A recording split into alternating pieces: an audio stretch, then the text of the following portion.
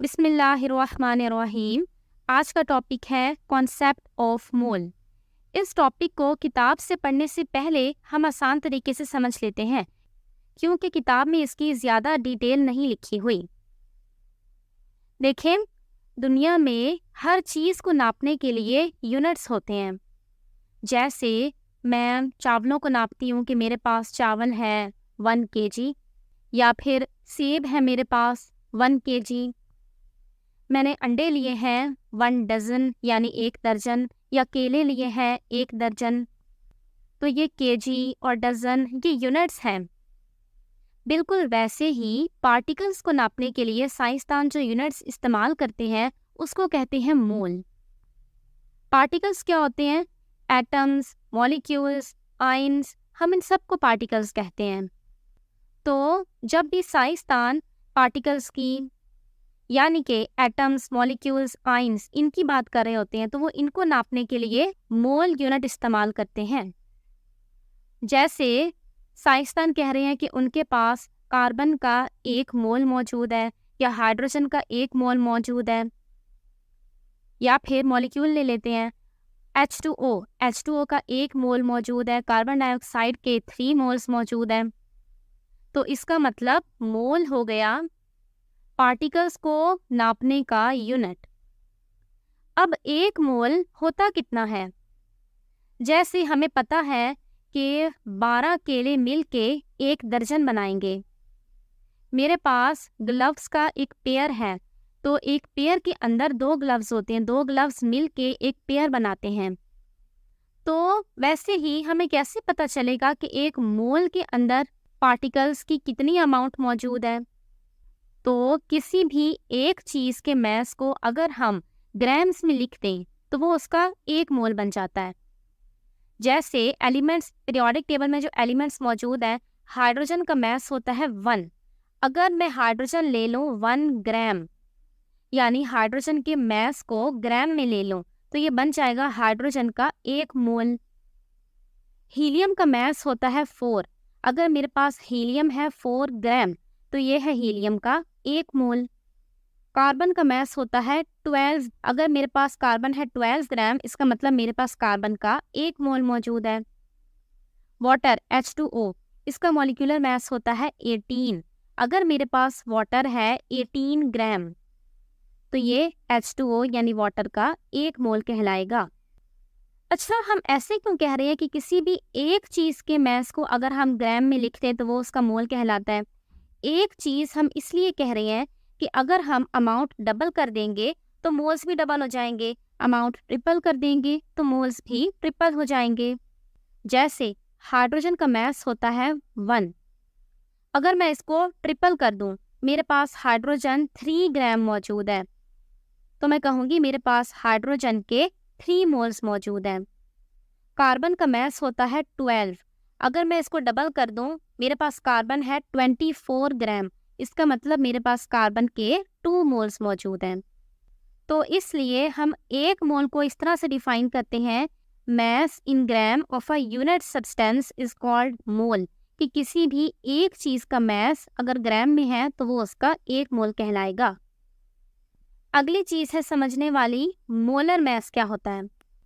किसी भी चीज़ के मैस को अगर मैं ग्राम में लिख दूँ, जैसे मेरे पास पीरियोडिक टेबल में जो एलिमेंट्स हैं उनके मैसेस को हम AMU में लिखते हैं ना। हाइड्रोजन का मैस होता है 1 AMU, हीलियम का 4 AMU, सोडियम का 23 AMU, H2O का मॉलिक्यूलर मैस होता है 18 AMU। अगर मैं ये AMU यूनिट हटा के ग्राम लगा दूँ तो ये इन पार्टिकल्स का मोलर मैस कहलाएगा। अच्छा, मोलर मैस क्यों हम लेते होते हैं? ये हम लेते हैं सिर्फ आसानी के लिए। जैसे अगर मेरे पास एलिमेंट्स हैं तो मैं इनके मैस को कहूँगी एटॉमिक मैस, मेरे पास मॉलिक्यूल्स हैं मैं इनके मैस को कहूँगी मॉलिक्यूलर मैस। तो मोलर मैस के अंदर हर तरह के पार्टिकल्स आ जाते हैं, हमें अलग अलग एटॉमिक मैस या मॉलिक्यूलर मैस इस तरह के वर्ड्स इस्तेमाल करने की ज़रूरत नहीं पड़ती। लेकिन फ़र्क इतना होता है कि मोलर मैस के अंदर यूनिट हम ग्राम लगाते होते हैं, AMU नहीं इस्तेमाल करते। अच्छा, एक और बात, मोलर मैसेस फिक्स होते हैं, जैसे एटॉमिक मैसेस और मॉलिक्यूलर मैसेस फिक्स होते हैं। कार्बन का हमारे पास एक एटम है, उसका एटॉमिक मास 12 है, 12 AMU। या कार्बन के मेरे पास अरबों खरबों एटम्स मौजूद हैं, क्या उससे कार्बन का एटॉमिक मास चेंज हो जाएगा? बिल्कुल भी नहीं। भले अरबों खरबों एटम्स ही क्यों ना हो कार्बन की, कार्बन का एटॉमिक मास तो 12 ही रहेगा। भले मेरे पास वाटर का एक मॉलिक्यूल मौजूद है तो भी उसका मॉलिक्यूलर मास 18 AMU ही होगा। या फिर मेरे पास समंदर है, तब भी वाटर का मॉलिक्यूलर मास 18 AMU ही रहेगा। तो मोलर मैसेज भी एटॉमिक मैसेज और मॉलिक्यूलर मैसेज ही होते हैं असल में, बस हम यूनिट चेंज कर देते हैं, ग्राम लगा देते हैं। अच्छा, अब आपकी किताब में लिखा हुआ है कि मोल के कुछ और नाम भी होते हैं। वैसे स्टैंडर्ड लफ्ज़ मोल ही होता है जो हम सबके लिए इस्तेमाल करते हैं, लेकिन फिर भी आपकी किताब में ये बात लिखी हुई है कि अगर हम एटम्स की बात कर रहे हैं तो उनके लिए हम मोल लफ्ज़ के साथ साथ ग्राम एटम लफ्ज़ भी इस्तेमाल कर सकते हैं। मेरे पास हाइड्रोजन का 1 मोल है, इसको हम यूँ भी कह सकते हैं कि मेरे पास हाइड्रोजन है 1 ग्राम एटम। कोई मॉलिक्यूल है, सपोज करें कार्बन डाइऑक्साइड का मेरे पास 1 मोल है, इसको मैं यूँ भी कह सकती हूँ कि मेरे पास कार्बन डाइऑक्साइड है 1 ग्राम मॉलिक्यूल। या फिर अगर आइंस है तो हम कह सकते हैं 1 मोल सोडियम आइंस और 1 ग्राम आइंस। अच्छा, अब आपकी किताब के अंदर एटम्स की बात अलग लिखी हुई है, मॉलिक्यूल्स की अलग लिखी हुई है और आइंस की अलग लिखी हुई है। उसकी वजह से ये टॉपिक दिखने में कॉम्प्लेक्स लगता है, और वैसे ये है भी गैर ज़रूरी, इतनी डिटेल लिखने की ज़रूरत नहीं थी। तो सिंपली मैं आपको बता देती हूँ। मोल्स का फॉर्मूला होता है moles is equal to mass in gram over molar mass. Mass in gram हमें क्वेश्चन के अंदर मैस मिला होगा, और मोलर मैस तो आपको पता ही है, अगर एटम की बात हो रही होगी तो उसका एटॉमिक मैस होता है, मॉलिक्यूल की बात हो रही है तो उसका मॉलिक्यूलर मैस, किसी आयोनिक कंपाउंड की बात हो रही है तो उसका जो फॉर्मूला मैस होता है वो। तो अब आपकी किताब में अलग अलग जो लिखा हुआ है एटम, मॉलिक्यूल्स, आइंस के लिए, वो कुछ इस तरह से है। Gram atoms is equal to mass of element in grams over molar mass of an element. जहाँ पे एलिमेंट यानी एटम की बात हो रही है तो वहाँ उन्होंने बीच में वर्ड लगा दिया ग्राम एटम और एलिमेंट एलिमेंट। अगर मॉलिक्यूल की बात हो रही है तो वो स्टार्ट में लगा देंगे gram molecule is equal to mass of molecule in grams over molar mass of molecule. और अगर आयन की बात हो रही है तो gram ion is equal to mass of ionic compound in grams over formula mass of ionic substance. अगर हमारे पास कोई कंपाउंड है जो आयोनिक होता है तो उसके मैस को हम मॉलिक्यूलर मैस की बजाय फॉर्मूला मैस कह देते हैं, क्योंकि आमतौर पर यही समझा जाता है कि आयोनिक कंपाउंड का जो हमारे पास फॉर्मूला होता है ना, वो असल में उसका सिंपलेस्ट फॉर्मूला है, क्योंकि किसी भी आयोनिक कंपाउंड के अंदर फोर्स ऑफ अट्रैक्शन की वजह से काफ़ी सारे यूनिट्स एक साथ जुड़े होते हैं। NaCl, असल में ऐसा नहीं होता कि एक Na और एक Cl मौजूद है। आयोनिक कंपाउंड्स के अंदर एक Na सिर्फ अपने Cl को अट्रैक्ट नहीं कर रहा होता, वो आसपास की और Cls को भी अट्रैक्ट कर रहा होता है। एक Cl सिर्फ एक सोडियम को नहीं अट्रैक्ट कर रहा होता, वो और सोडियम एटम्स को भी कर रहा होता है। तो इसलिए आयोनिक कंपाउंड के अंदर काफ़ी सारे एटम्स एक साथ जुड़ रहे होते हैं और वो अनलिमिटेड होते हैं, पता नहीं लगता कि वो कितने हैं। तो अगर उसूलन देखा जाए तो उसका फॉर्मूला बहुत बड़ा होगा, तो किसी भी उसके अंदर से एक यूनिट का फॉर्मूला निकाल लेना उसका एक तरह का इंपेरिकल फार्मूला कहलाएगा, यानी कि उसके मैस को हम कहेंगे formula mass, empirical formula mass. तो ये है जो आपकी किताब में अलग अलग लिखे गए हैं। तो आप इनके लिए सिर्फ एक ही फार्मूला याद रखें कि number of moles is equal to mass in gram, भले एटम की बात है, मॉलिक्यूल की बात है या आयनिक कंपाउंड की बात है, over molar mess. Ionic compounds की एग्जांपल लिखी हुई है कि 1 ग्राम फार्मूला यानी कि ग्राम आयन, या सिंपल अल्फाज में कहते हैं तो mole. 1 mole of NaCl is equal to 58.50 gram. NaCl का मैस होता है 58.50। 1 mole of Na2CO3 is equal to 106 gram and 1 mole of AgNO3 is equal to 170 gram. यहाँ पे आयन्स की एग्जाम्पल लिखी हुई है। आयनिक कंपाउंड के अंदर जो पॉजिटिव और नेगेटिव आयन्स होते हैं ना, उसमें से आयन्स निकाले हुए हैं। जैसे 1 gram ion of OH negative ion. OH negative ion को कहते हैं हाइड्रोक्साइड आयन। तो इस OH नेगेटिव का मास होता है 17 ग्राम। तो ये जो कि ग्राम में लिखा हुआ है तो हम कह सकते हैं हमारे पास OH नेगेटिव का 1 मोल है। इसी तरह से सल्फेट आयन, इसके 1 मोल का मास होता है 96 ग्राम और कार्बोनेट आयन, इसके 1 मोल का मास होता है 60 ग्राम। और लास्ट में मोलर मास की डेफिनेशन लिखी हुई है कि किसी भी चीज़ के एटॉमिक मास को, मॉलिक्यूलर मास को या फॉर्मूला मास को हम ग्राम में लिखते हैं तो उसको कहते हैं molar mass. Calculate the gram atoms यानी कि moles in 0.1 gram of sodium, 0.1 kg of silicon. Message दिए हैं और मोल्स हमें कैलकुलेट करने हैं। तो पहले सोडियम के मोल्स कैलकुलेट कर लेते हैं। तो अब हम मोल्स का फॉर्मूला लगा लेते हैं। Number of moles is equal to mass in gram over molar mass. Mass हमें दिया गया है सवाल में सोडियम का 0.1, डिवाइड कर देंगे सोडियम की मोलर मास से।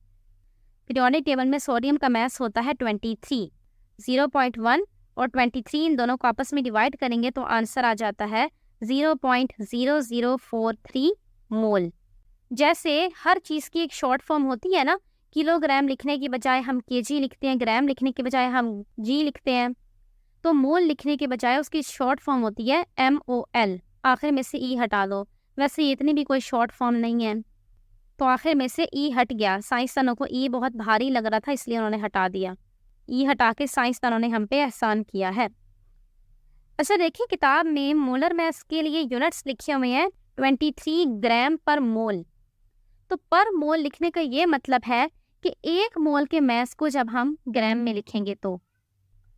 अच्छा, अब ये जो आंसर है 0.0043, इसको उन्होंने एक्सपोनेंशियल नोटेशन में कन्वर्ट किया है।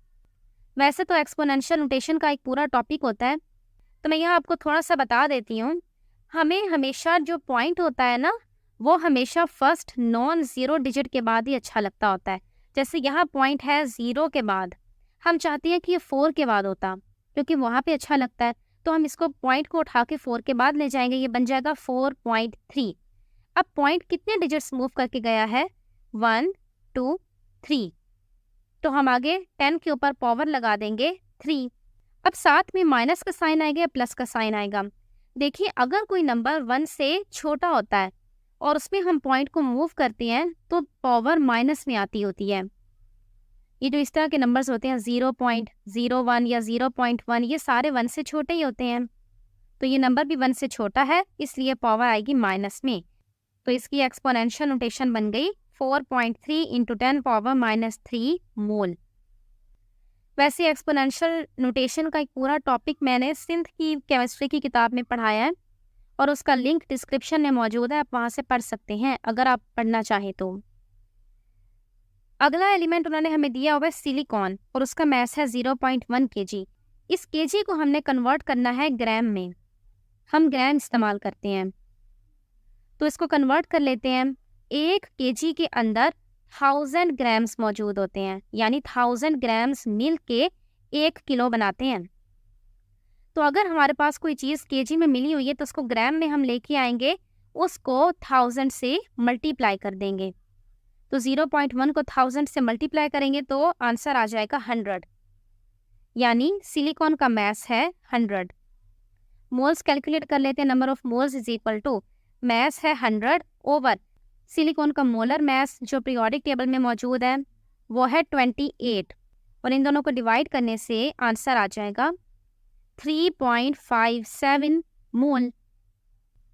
अब लास्ट में एक एग्जांपल रह गई है, वो सॉल्व कर लेते हैं। Calculate the mass of 10 power -3 mole of MgSO4। हमें इस बार सवाल में मोल्स मिले हुए हैं और हमें मास फाइंड करना है। जो हमने पहले एग्जांपल सॉल्व की थी उसके अंदर मास मिला हुआ था और मोल्स फाइंड करने थे। तो हमारे पास जो मोल्स का फॉर्मूला होता है, number of moles is equal to mass of element over molar mass. हम इसको रीअरेंज कर देते हैं। हमने मास के लिए फॉर्मूला बनाना है ना, मास ऑफ एलिमेंट ये लफ्ज़ यहीं पे पड़ा रहे और नीचे मोलर मास जो डिवाइड में है ये इज इक्वल टू के दूसरी साइड पे जाके मल्टीप्लाई हो जाएगा। तो हमारे पास नया फॉर्मूला बन जाएगा, mass of an element is equal to number of moles into molar mass. तो अगर हमें मोल्स मिले हों और मास फाइंड करना हो तो हम ये वाला फॉर्मूला इस्तेमाल करते हैं। अच्छा, अब सवाल में देखिए हमें मोल मिले हुए हैं 10 पावर -3। 10 पावर -3 का मतलब होता है 0.001। वैसे आप कैलकुलेटर में यूँ लिख सकते हैं 10 पावर -3, लेकिन फिर भी मैं आपको बता दूँ। इसका असल में मतलब ये है कि 1 × 10 पावर -3, कुछ भी ना लिखा हो इसका मतलब 1 ही होता है। और इस एक्सपोनेंशियल नोटेशन को जब हम सॉल्व करेंगे तो ये बनता है 0.001। MgSO4, इसका मोलर मैस हमें नहीं पता तो हम ये कैलकुलेट कर लेते हैं। मोलर मैस मॉलिक्यूलर मैस ही होता है, सिर्फ वो ग्राम में होता है। तो हम कैलकुलेट करते हैं इसका मैस। Mg, इसका मैस होता है 24, सल्फर का मैस होता है 32, ऑक्सीजन का मैस होता है 16। इसको मल्टीप्लाई कर देंगे 4 से, आपस में जमा करेंगे तो आंसर आता है 120। तो ये 120 है MgSO4 का मैस। MgSO4 एक आयनिक कंपाउंड है, इसलिए इसके मैस को हम कहते हैं फॉर्मूला मैस। अब हम फॉर्मूले में वैल्यूज पुट करते हैं। Mass of an element is equal to, moles है 0.001 इनटू मोलर मैस है 120। इनका आंसर आ जाता है 0.12 ग्राम। अस्सलामुअलैकुम।